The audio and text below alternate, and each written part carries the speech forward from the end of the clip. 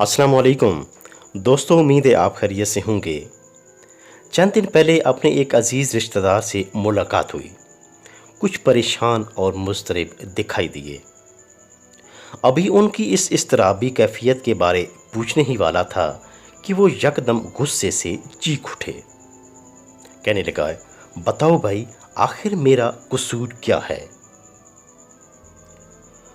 उनके लहजे में बला की तलखी और महरूमी थी। फटी फटी नज़रों से मेरी तरफ देखने लगे। मैं भी अचानक उनकी ऐसी कैफियत से परेशान हो गया कि अल्लाह खैर करे, आखिर मामला क्या है। वो मेरी खामोशी देखकर मज़ीद भड़क उठे और भराई हुई आवाज़ में बोले, मेरे अपने अजीज रिश्तेदार मेरी इज्जत नहीं करते, मुझे वो मकाम व मर्तबा नहीं देते जिसका ये रिश्ता मुतकाज़ी है। मेरा कोई ख्याल नहीं करता, मेरी बात कोई नहीं सुनता, मेरे मुफीद मशवरे को भी रद्द कर दिया जाता है।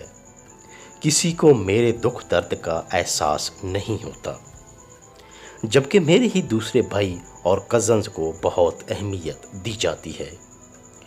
उनकी आम और बेतकल्लुफ़ गुफ्तगू पर भी वाह वाह की जाती है।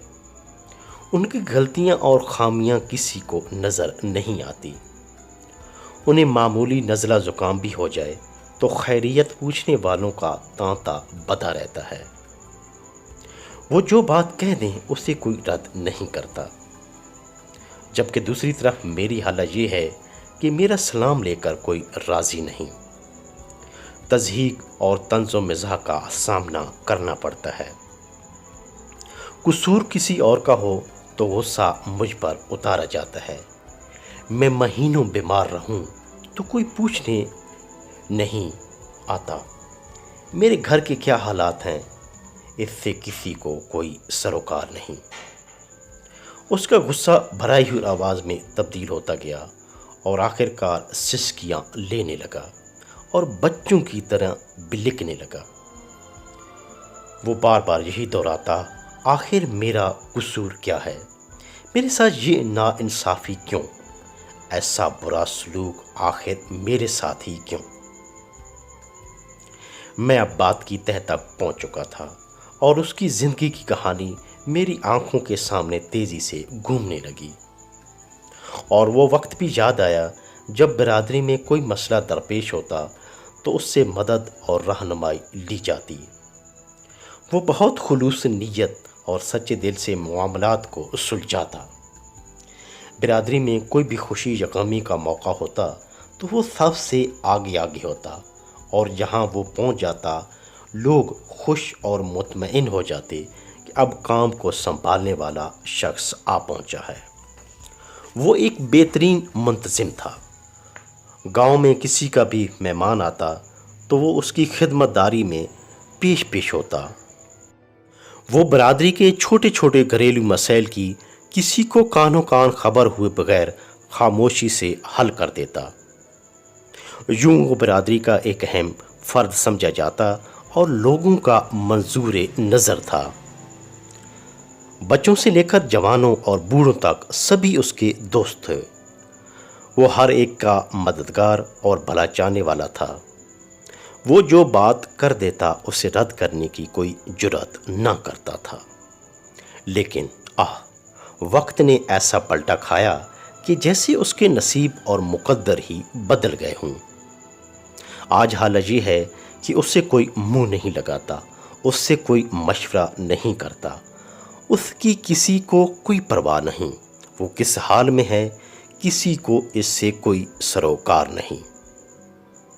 वो अपनी हालत का रोना बिल्कुल सही रो रहा था। मैंने उसका कांधा थपथपाया, तसल्ली दी, हिम्मत बंधाई और कहा कि अल्लाह खैर करेगा, हालात जल्द ही ठीक हो जाएंगे, परेशान ना हो। उसने गुस्से से मेरा हाथ छुड़ाया, गज़बनाक नज़रों से देखा, मगर कब और कैसे ये हालात ठीक होंगे, मुझे तो कोई उम्मीद नज़र नहीं आ रही। मैंने उसका हाथ मजबूती से पकड़ा और गांव से बाहर दरिया की सिमत निकल गए। दरिया के किनारे ایک پرسکون جگہ پر بیٹھ گئے۔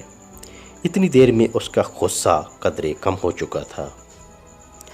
میں اس سے مخاطب ہوا، سن میرے دوست، زمانے کی بے اعتنائی اور رشتہ داروں کا نظر پھیر لینے کی وجہ میں نے معلوم کر لی ہے۔ وہ میرے قریب ہوا اور بڑی اجلت سے بولا، بتا میرے دوست، وہ کیا وجہ ہے؟ میں فوراً بولا، وہ وجہ ہے تمہاری کمزور مالی حالت، تمہاری غربت، تمہاری کم آمدنی، تمہارے اخراجات اور آمدنی کا توازن بگڑ چکا ہے، نتیجتاً قسم پرسی کی زندگی گزارنے پر مجبور ہو، آپ مالی تنگی اور معاشی بدحالی کا شکار ہو چکے ہو۔ یہ دنیا بڑی ظالم ہے، مادیت پرستی کا دور دورہ ہے۔ دنیا اسی کی عزت کرتی ہے جو مالی طور پر خوشحال ہو۔ وہ کہتے ہیں نا کہ پیسے میں بڑی کشش ہے، جس کے پاس جتنا زیادہ پیسہ ہوگا اس کے پاس اتنے ہی زیادہ چاہنے والے ہوں گے۔ پیسے میں بڑی طاقت ہے، بڑی کشش ہے۔ کہتے ہیں کہ دنیا پیسے سے چلتی ہے، اور یہ بات کسی حد تک درست بھی ہے، کیونکہ ضروریات زندگی پوری کرنے کے لیے پیسوں کی ضرورت پڑتی ہے۔ اس لیے میرے محترم بھائی، لوگوں پر کڑنے اور چلانے کی بجائے اپنی آمدن بڑھاؤ۔ حلال رزق کمانا عین عبادت ہے۔ اپنی سستی اور کاہلی کو چھوڑو، باہمت بنو، کوئی ڈھنگ کا کام پکڑو اور رزق کے حلال کے حصول کے لیے تگ و دو کرو۔ ہمت مرداں مد دے خدا۔ جب آپ کی جیب میں پیسہ ہوگا تو ایک ایسی کشش پیدا ہوگی کہ لوگ خود بخود کھینچے چلے آئیں گے، تمہارے عیب چھپ جائیں گے، آپ کی رائے کا احترام کیا جائے گا، گھر کا ماحول خوشگوار ہو جائے گا، آپ کے دشمن بھی دوست بن جائیں گے۔ وہ کہتے ہیں نا کہ پیسہ پھینک تماشا دیکھ۔ اتنا کہہ کر میں اٹھ کھڑا ہوا، وہ بھی میرے ساتھ اٹھا۔ اس کے چہرے پر بشاشت عیاں تھی۔ اسے اپنی پریشان زندگی کی وجہ معلوم ہو چکی تھی، اور اس کا حل بھی اس کی سمجھ میں آ چکا تھا۔ اس نے بڑی گرم جوشی سے مصافحہ کیا اور ہم ایک دوسرے سے جدا ہو گئے۔